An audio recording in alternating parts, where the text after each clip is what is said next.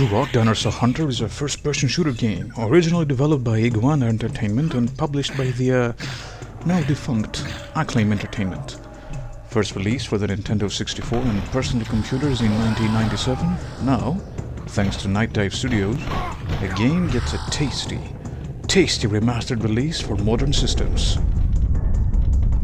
Of course, the first question would be, why bother playing a game that is 2 decades old?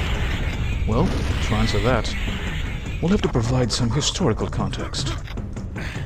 1997 was a time of 3D manifest destiny for the video games industry. 3D gaming was getting more and more mainstream, with Sony, Sega and Nintendo fighting in the arena of 3D gaming for the home consoles. Meanwhile, PC gamers were also embracing 3D acceleration chipsets with the release of Voodoo graphics from 3DFX. In the home console department, none was as powerful as the Nintendo 64. So powerful was it, in fact, that Nintendo had codenamed it Project Reality in its inception stages. At the time, Acclaim Entertainment, the publisher, was pretty much on the verge of bankruptcy, and so it fell to a small development studio from Austin, Texas, to save the company. To do that, they were tasked with creating a first-person shooter beyond anything that had come before, utilizing Acclaim Comics' Turok character as its background. No small feat, considering that on PC they were up against a lot of great games in the genre, from Doom and its offspring, Heretic and Hexen, as well as Duke Nukem, Blood, and of course the 3D powerhouse of the time, Quake. Iguana took the challenge by pitting the Native American Talset, bearer of the title of Turok, against an evil warlord called the Campaigner. That asshole was hell-bent on subjugating the fantastical Lost Land, a place lost between dimensions, where time has no meaning and where humanity, prehistory and futuristic technology coexist. Turok had to protect the balance in the Lost Land, and to do that, he would have to assemble the mythical weapon called the Chronoscepter, before the Campaigner's minions got their hands on it. Using the powerful hardware of the N64 and taking into account its limitations, Iguana mixed and matched the best elements of the FPS genre while bringing it kicking and screaming forward towards the future. The N64's raw power meant the team could create a fully 3D environment unlike anything that had come before. Right from the get-go, with a pyrotechnic display for the company logos, in real-time 3D too, Turok prepared you for a real treat. Gone were the enclosed futuristic spaces and medieval architectures of previous FPS games, and in their place came a seemingly vast, realistic world, full of life and dangers.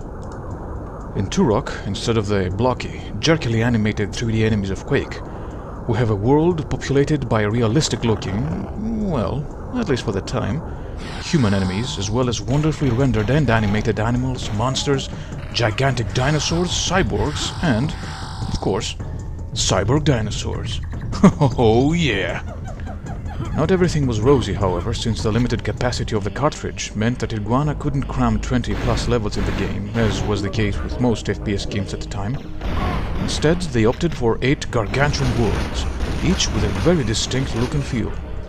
Music obviously couldn't be of CD quality, but it was quite competently made and, most of all, very fitting with the prehistoric/futuristic theme of the game. Also, taking a leaf from Super Mario 64's book, it dynamically changes as the player ventures underwater or inside a cave.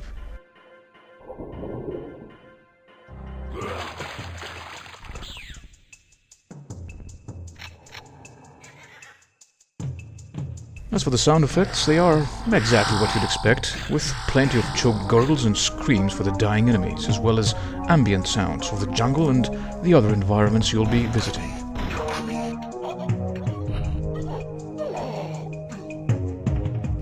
Now, the one thing that made the Turok series famous was the incredible arsenal it had, and it all started here.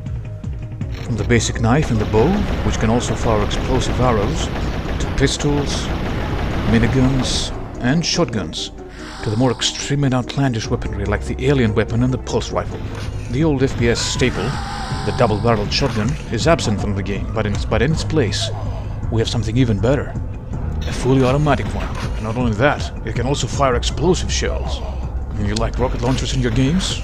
Well, how about one that shoots 4 rockets at once? And then we have the beauties like the particle accelerator and the fusion cannon.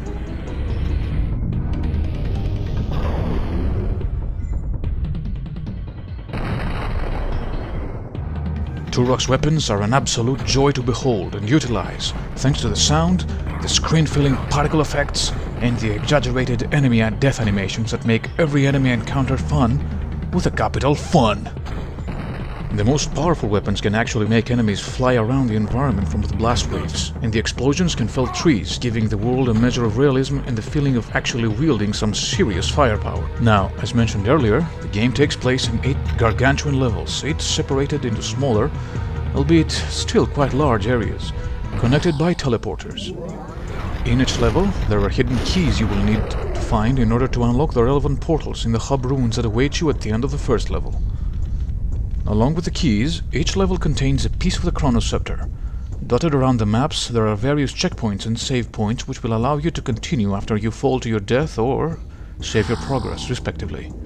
Now, if all this sounds vaguely familiar, that's because members of the team would go on to found Retro Studios. As a result, Turok feels like a prototype Metroid Prime.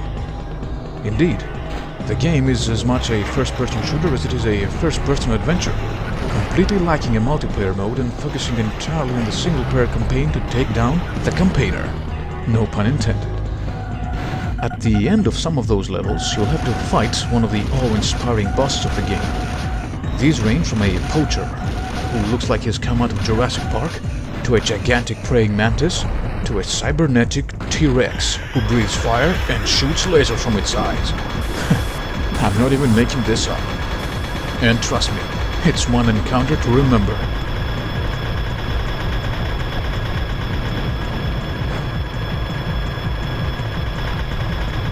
Now, the enemies in general are generally fast and aggressive, but not very smart as it was in those days. Enemy AI and tactics are pretty basic, consisting of them either running up to your face to carve it up, or shooting at you from a distance. There's a slight variation in tactics and behavior for each enemy, but don't expect to see them take cover or utilize squad tactics as you would in modern shooters. The first 2 levels of the game serve as a way to get you into the swing of things and teach you that the game world is fully interactive. You will learn how to swim underwater, climb vines and stairs, get used to your movement and the verticality of the levels, as well as familiarize yourself with the auto map, collecting life force tokens for extra lives, and train your ears for the telltale sounds of a bonus portal which will lead you to a pocket dimension full of goodies and power-ups.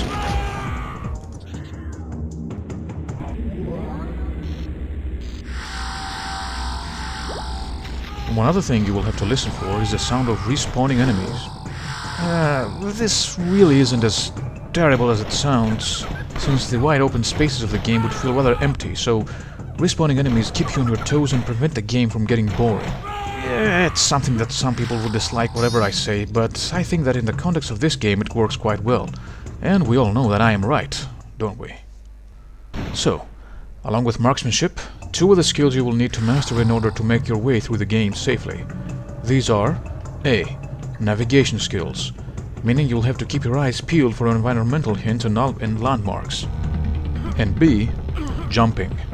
Oh, seriously, the game has quite a few platforming segments and you'll have to become an expert at diagonal movement because it'll make your life a lot easier. Otherwise, you'd better get used to seeing this a lot. After you enter level 3, shit gets fucking real, with hordes of death metal fans rushing to slit your throat from everywhere. So you'd better have gotten used to the game's mechanics by that point. Otherwise, you should prepare your anus, as the game will only get more relentless as it goes on, with hordes of enemies along with environmental hazards and plenty of spaces where you can fall to your death if you take a wrong step. Now, after all this, you're probably wondering, yeah, that's all well and good, but what have Night Dive Studios added to this game? Why is it called a remaster? Well, hold on to your butts, because you're about to find out.